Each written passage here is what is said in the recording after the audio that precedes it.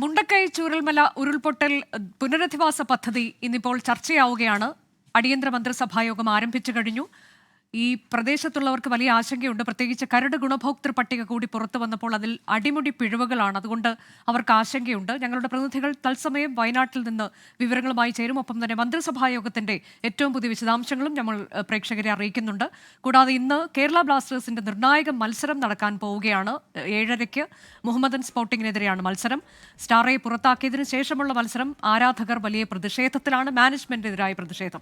ഈ രണ്ട് വിഷയങ്ങളിൽ നമ്മൾ വിശദമായി പരിശോധിക്കുകയാണ്. ന്യൂസ് ഈവനിംഗ് ആരംഭിക്കുന്നു. സ്വാഗതം.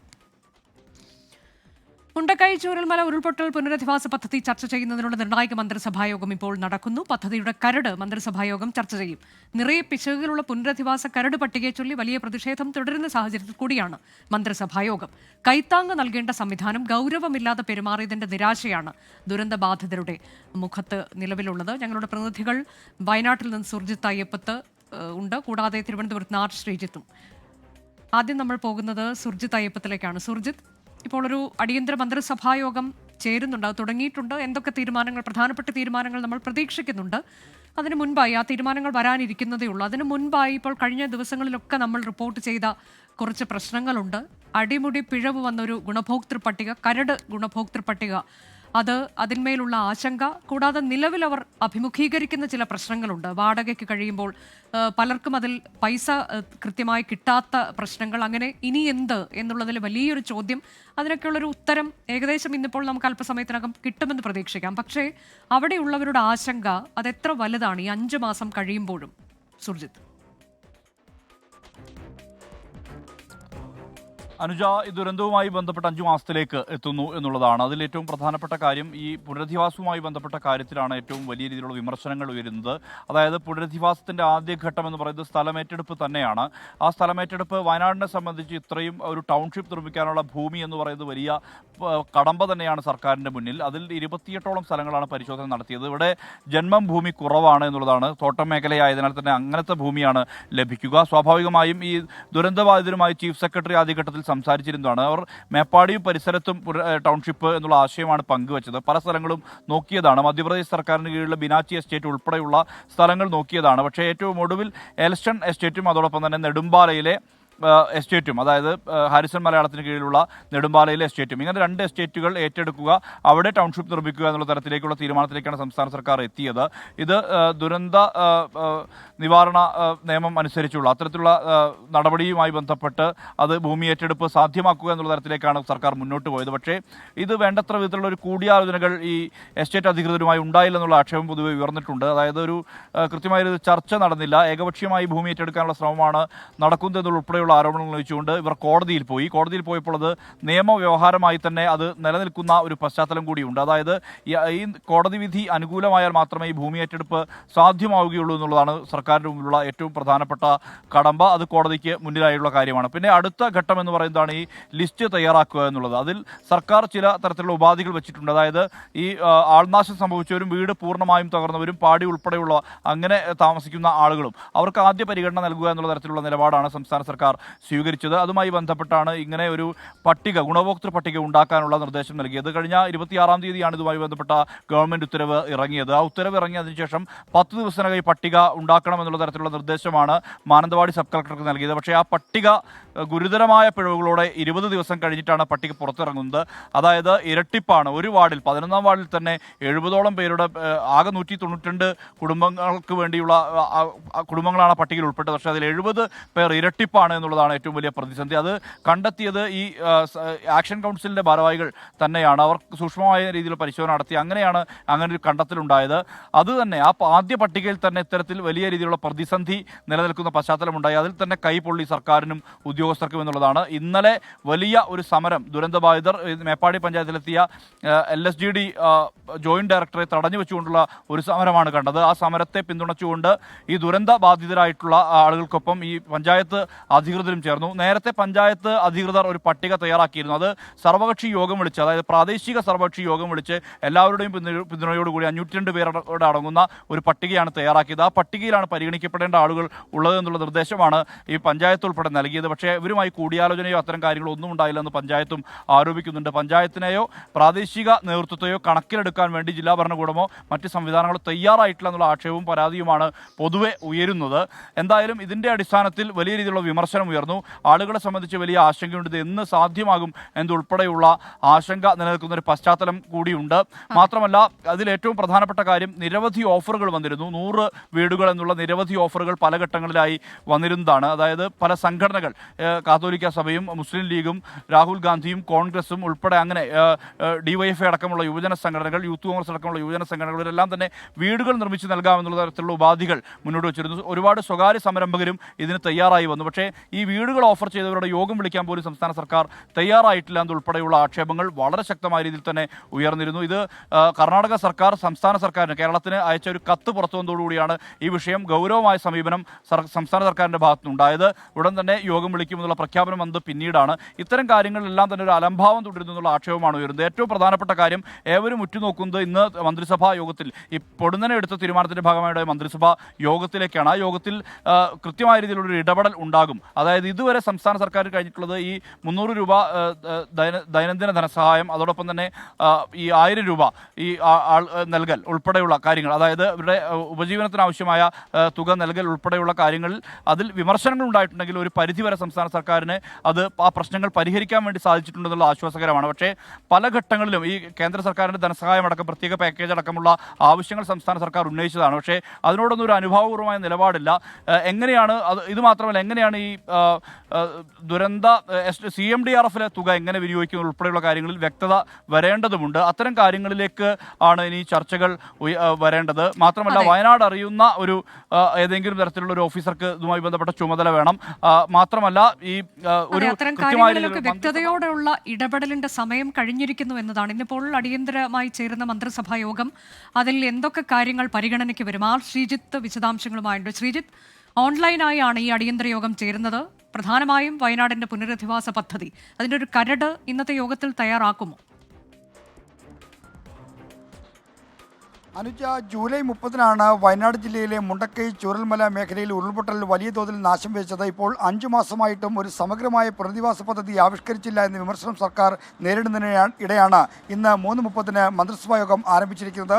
ഓൺലൈനായി ചേരുന്ന മന്ത്രിസഭാ യോഗം ഇപ്പോൾ 1 മണിക്കൂർ പിന്നിട്ടു. കരട് പുനരധിവാസ പദ്ധതി സർക്കാർ തയ്യാറാക്കിയ ഡിസാസ്റ്റർ മാനേജ്മെൻറ്റ് വകുപ്പ്, മുഖ്യമന്ത്രിക്ക് കീഴിലുള്ള ഡിസാസ്റ്റർ മാനേജ്മെൻറ്റ് വകുപ്പാണ് ഈ കരട് പുനരധിവാസ പദ്ധതി തയ്യാറാക്കുന്നത്. ആ തയ്യാറാക്കിയ പദ്ധതിയാണ് ഇപ്പോൾ മന്ത്രിസഭ ചർച്ച ചെയ്യുന്നത്.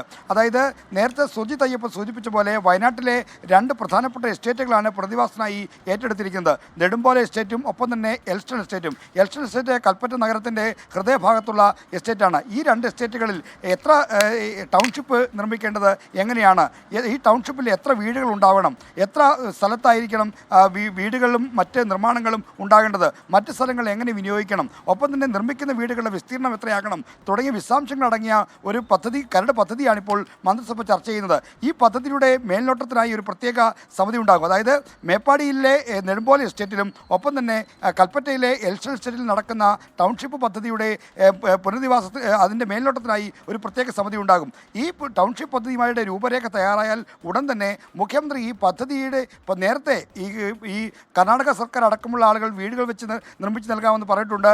DYFI അടക്കമുള്ള സംഘടനകൾ വീട് നൽകാമെന്ന് പറഞ്ഞിട്ടുണ്ട്. AYF അടക്കമുള്ള സംഘടനകൾ പറഞ്ഞിട്ടുണ്ട്. അപ്പോൾ ഇങ്ങനെ വാഗ്ദാനം ചെയ്ത എല്ലാവരുമായും മുഖ്യമന്ത്രി നേരിട്ട് സംസാരിക്കും. അവരുടെ വാഗ്ദാനം എങ്ങനെ ഉപയോഗപ്പെടുത്താൻ കഴിയുമെന്ന് ചർച്ച ചെയ്യും. അങ്ങനെ എല്ലാ വാഗ്ദാനങ്ങളും സംയോജിപ്പിച്ചുകൊണ്ടുള്ള ഒരു സമഗ്ര പദ്ധതി തയ്യാറാക്കുന്നതിനെക്കുറിച്ചുള്ള ചർച്ചയാണ് മന്ത്രിസഭാ യോഗത്തിൽ ഇപ്പോൾ നടക്കുന്നത്. ശ്രീജിത്ത്, ഇപ്പോൾ ഇതിൽ നമുക്കറിയാവുന്നതുപോലെ എസ്റ്റേറ്റ് ഉടമകൾ കോടതിയെ സമീപിച്ചിരിക്കുകയാണ്.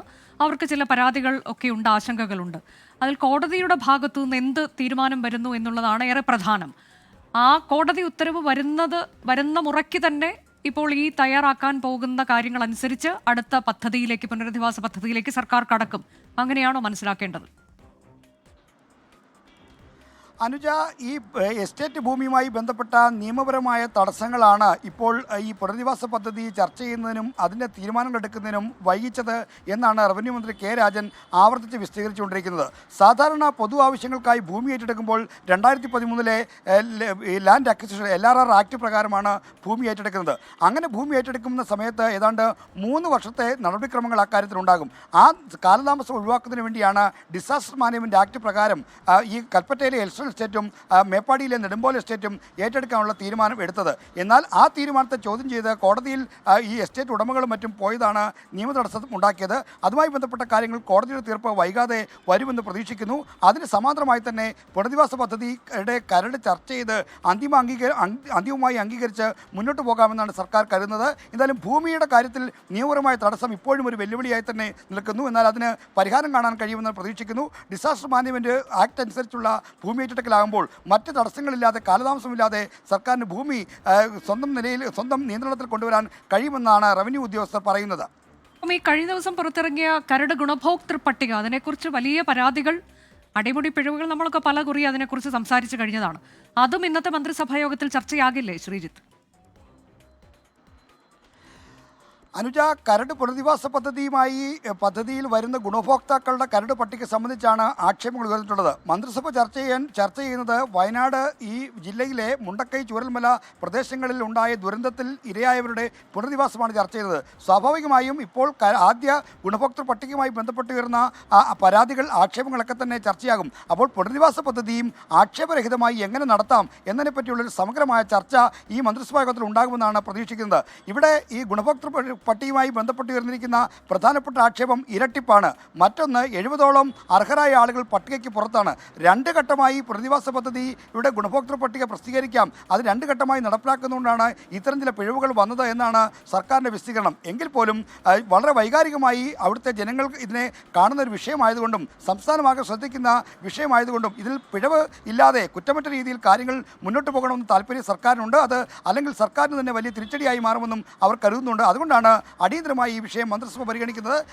അനുജ സൂചിപ്പിച്ച വിഷയവും മന്ത്രിസഭയിൽ ചർച്ചാ വിഷയമാകാനാണ് എല്ലാ സാധ്യതകളും. ഞാൻ ഒരിക്കൽ കൂടി സുർജിത്ത് അയ്യപ്പത്തിലേക്ക് പോവുകയാണ്. സുർജിത്ത്, ഇപ്പോൾ ഈ അടിയന്തര മന്ത്രിസഭാ യോഗം ചേരുമ്പോൾ അതിൽ പിഴവുകൾ വന്ന കാര്യങ്ങൾ ഉൾപ്പെടെ ചർച്ച ചെയ്യും. പുനരധിവാസ പദ്ധതി അത് എത്രയും പെട്ടെന്ന് അതിലേക്ക് പോവുക എന്നുള്ളത് തന്നെയാണ് പ്രധാന അജണ്ടയും. അതുകൊണ്ട് തന്നെ വലിയ പ്രതീക്ഷയുണ്ടോ ഇന്നാട്ടുകാർക്ക്? തീർച്ചയായും ഇന്നത്തെ യോഗവുമായി ബന്ധപ്പെട്ട കാര്യത്തിലേക്കാണ് ഏവരും കണ്ടുനട്ടിരിക്കുന്നത്. എന്താകും തീരുമാനം എന്നുള്ളതാണ്.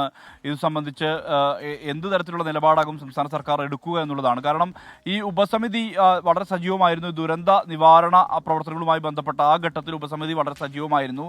മന്ത്രിമാരായ കെ രാജനും അതോടൊപ്പം തന്നെ മുഹമ്മദ് റിയാസും ശശീന്ദ്രനും OR കേളുവും ഉൾപ്പെടെയുള്ള മന്ത്രിമാർ ഇവിടെ വളരെ സജീവമായ രീതിയിൽ തന്നെ ഒരു ഇടപെടൽ നടത്തിയിരുന്നതാണ്. പക്ഷേ അതിനുശേഷം ഒരു ഘട്ടം കഴിഞ്ഞപ്പോൾ ഉപസമിതി ചുരമിറങ്ങിയ ശേഷം ഉപസമിതിയായി പിന്നീട് ഇങ്ങോട്ട് കയറിയിട്ടില്ല. ഉദ്യോഗസ്ഥരെ പൂർണ്ണമായും വിശ്വാസത്തിലെടുക്കുന്ന തരത്തിലേക്ക് ഒരു നിലപാടെടുത്തു. പക്ഷേ ഉദ്യോഗസ്ഥരുമായി ബന്ധപ്പെട്ട് അത് കാര്യക്ഷമമായ രീതിയിലല്ല ഇടപെടൽ എന്നുള്ള പൊതുവിലയിരുത്തൽ ഇവിടുത്തെ രാഷ്ട്രീയ നേതൃത്വത്തിന് തന്നെയുണ്ട്. അവരെല്ലാം പങ്കുവെക്കുന്നത് ആ ഒരു ആശങ്കയാണ്. പക്ഷേ ഇതിനെ നിയന്ത്രിക്കാൻ ഇവരെ കൃത്യമായ രീതിയിൽ തന്നെ മാർഗനിർദ്ദേശം നൽകാൻ വേണ്ടിയുള്ള ഒരു രാഷ്ട്രീയ നേതൃത്വത്തിൻ്റെ ഇടപെടൽ കൂടി ഇതിന് അനിവാര്യമായി വന്നിരിക്കുകയാണ്. ഏതെങ്കിലും ഒരു തരത്തിലൊരു മന്ത്രി തന്നെ ഇതിൻ്റെ ചുമതലയേറ്റ് ആ ഒരു ദൗത്യം പൂർത്തിയാക്കുന്ന വിധത്തിലേക്ക്, നടപ്പാക്കുന്ന തരത്തിലേക്ക് കാര്യങ്ങൾ വേണമെന്നുള്ള ആവശ്യം പൊതുവെ ഉയരുന്നുമുണ്ട്. മാത്രമല്ല ഈ വയനാട് അറിയുന്ന ഏതെങ്കിലും ഒരു കൃത്യമായ രീതിയിൽ വയനാടിനെ കുറിച്ച് ധാരണയുള്ള, ഈ പ്രദേശത്തെക്കുറിച്ച് ധാരണയുള്ള ഒരു ഉദ്യോഗസ്ഥന് ഇതിൻ്റെ പൂർണ്ണ ചുമതല നൽകുന്ന തരത്തിലേക്ക് അത്തരത്തിലേക്ക് കൂടി കാര്യങ്ങൾ എത്തണമെന്നുള്ള ആവശ്യം കൂടി ഈ ആളുകൾ ഉയർത്തുന്നുണ്ട്. എന്തായാലും ഇന്ന് നടക്കുന്ന ആ യോഗം അതിലെന്ത് തീരുമാനമാണ് ഉണ്ടാവുക? ഈ നിരവധി ഉപാധികൾ ഈ ദുരന്തബാധിതർ മുന്നോട്ട് വെച്ചിട്ടുണ്ട്. ആ ഉപാധികളിൽ ഏറ്റവും പ്രധാനപ്പെട്ട കാര്യം ഈ 2 ഫേസായി ഈ പുനരധിവാസം 2 ഘട്ടമായി നടത്തുമെന്നുള്ളതാണ് സർക്കാരിൻ്റെ പ്രഖ്യാപനം. പക്ഷേ അത് ഒറ്റ ഫേസായി നടത്തണം എന്നുള്ള ആവശ്യമാണ് ദുരന്തബാധിതർ നടക്കുന്നത്. കാരണം ഒരു ഘട്ടം കഴിഞ്ഞു കഴിഞ്ഞാൽ പിന്നെ അതിൻ്റെ ഒരു ചൂട് കുറയുമെന്നുള്ളതാണ്. അത് പല ഘട്ടങ്ങളിലും അവർ കാണിക്കുന്നു, പല വിഷയങ്ങൾ ചൂണ്ടിക്കാട്ടുന്നത് ഈ പുത്തുമലയിലെ പുനരധിവാസം അടക്കമുള്ള കാര്യങ്ങളിലാണ്. അത്രമേൽ മോശമായ അവസ്ഥയിൽ ജീവിക്കുന്ന അവസ്ഥയാണ് ഈ പുത്തുമല, പൂത്തക്കൊല്ലി ഭാഗത്തേക്കൊക്കെ പുനരധിവസിപ്പിച്ച ആളുകളുടെ ഒരു പൊതുസ്ഥിതി എന്ന് പറയുന്നത്. സന്നദ്ധ സംഘടനകളും ഒപ്പം തന്നെ സർക്കാരും ചേർന്ന് നിർമ്മിച്ചു നൽകിയ വീടുകളാണ്. ആ വീടുകളുടെ അവസ്ഥ അത് അത് പല ഘട്ടങ്ങളിലും കരാറുകാർ ഉൾപ്പെടെയുള്ളവർക്കെതിരെ വലിയ ഗുരുതരമായ ആക്ഷേപങ്ങൾ ഉന്നയിക്കപ്പെടുന്നുമുണ്ട്. അത്തരത്തിൽ ഉള്ള ഒരു പുനരധിവാസമാകരുത്. മാത്രമല്ല ഈ ഇന്ന് ഇവിടെ പോയപ്പോൾ പുത്തുമലയിൽ ഇനിയും ഈ ദുരന്ത മേഖലയിൽ ജീവിക്കേണ്ടി വരുന്ന മനുഷ്യർ ഇനിയുമുണ്ട്. ഭീഷണിയോടുകൂടി ജീവിക്കേണ്ടി വരുന്ന മനുഷ്യരുണ്ട്. അത് ദുരന്തബാധിത പ്രദേശമാണ്. അവിടെ വാസയോഗ്യമല്ല ആ പ്രദേശമെന്ന് നേരത്തെ പറഞ്ഞ 2019 ഈ ദുരന്തത്തിന് ശേഷം, പുത്തുമല ദുരന്തത്തിന് ശേഷം 17 പേരുടെ ജീവൻ അപഹരിച്ച ദുരന്തമാണ്. ആ ദുരന്തത്തിന് ശേഷം അവിടെ വാസയോഗ്യമല്ലാത്ത ഇടമെന്ന് വിധി എഴുതിയ, തീർപ്പ് കൽപ്പിച്ച വിദഗ്ധ സമിതി ചൂണ്ടിക്കാട്ടിയ ആ സ്ഥലത്ത് ഇപ്പോഴും ആളുകൾക്ക് കഴിയേണ്ടി വരുന്ന ഒരവസ്ഥയുണ്ട്. ഇങ്ങനെ ഈ പുനരധിവാസത്തിന്റെ തിക്തഫലം എന്ന് തന്നെ പറയേണ്ടി വരും. അത് അനുഭവിക്കുന്ന ആളുകൾ പുത്തുമലയിലുണ്ട്. പുത്തുമലക്കാർക്ക് നേരെ നമ്മൾ അവരോട് ചോദ്യം ഉന്നയിക്കുമ്പോൾ അവർ പറയുന്നത് ഒരിക്കലും ചൂരൽമല മുണ്ടക്കൈക്കാർക്ക് ഈ ഒരു ഞങ്ങളുടെ അനുഭവം ഉണ്ടാകരുത് എന്നുള്ളതാണ് അവർ പങ്കുവെക്കുന്ന കാര്യം.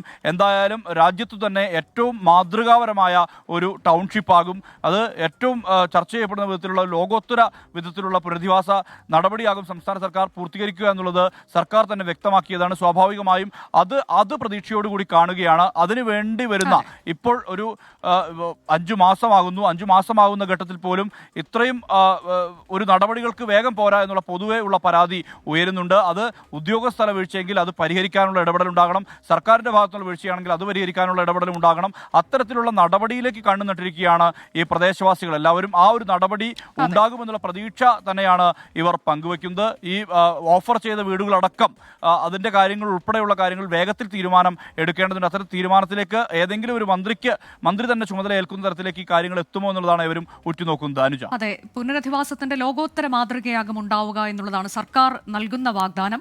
അതിലേക്കൊക്കെ കടക്കുമെന്നുള്ള പ്രതീക്ഷയിലാണ് നിലവിൽ മുണ്ടക്കൈ ചൂരൽമല നിവാസികൾ. അടിയന്തര മന്ത്രിസഭാ യോഗം പുരോഗമിക്കുന്നു. അതിന്റെ തീരുമാനങ്ങൾ എന്തോ എന്നത് നമുക്ക് അറിയാൻ കഴിയും അല്പസമയത്ത്.